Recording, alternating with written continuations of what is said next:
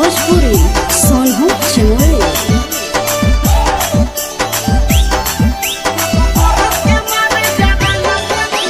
मरद के कहला पे अपनाई रहबई गेलै जमाना पुराना सखी। मरद के कहला पे अपनाई रहबई गेलै जमाना पुराना सखी। आई गेलै नया जमाना मरद के मारे जनाना सखी। आई गेलै नया जमाना मरद के मारे जनाना सखी। घरे नहीं रखबई कमेले पिया के भेजी देबै लुधियाना सखी। घरे नहीं रखबई कमेले पिया के भेजी देबै लुधियाना सखी।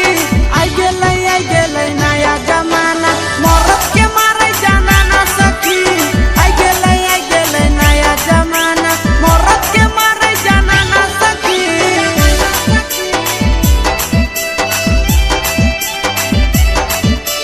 मरद के मारे जनाना सखी।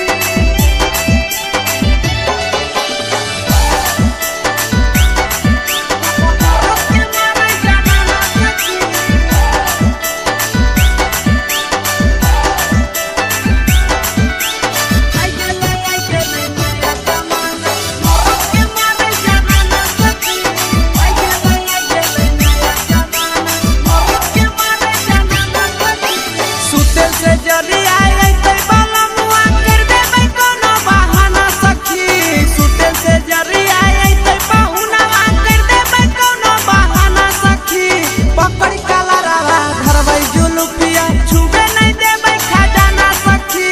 पकड़ काला रवा धरबै जुलुफिया छुबे नहीं देबै खजाना सखी।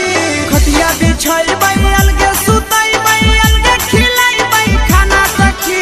खटिया बिछैबै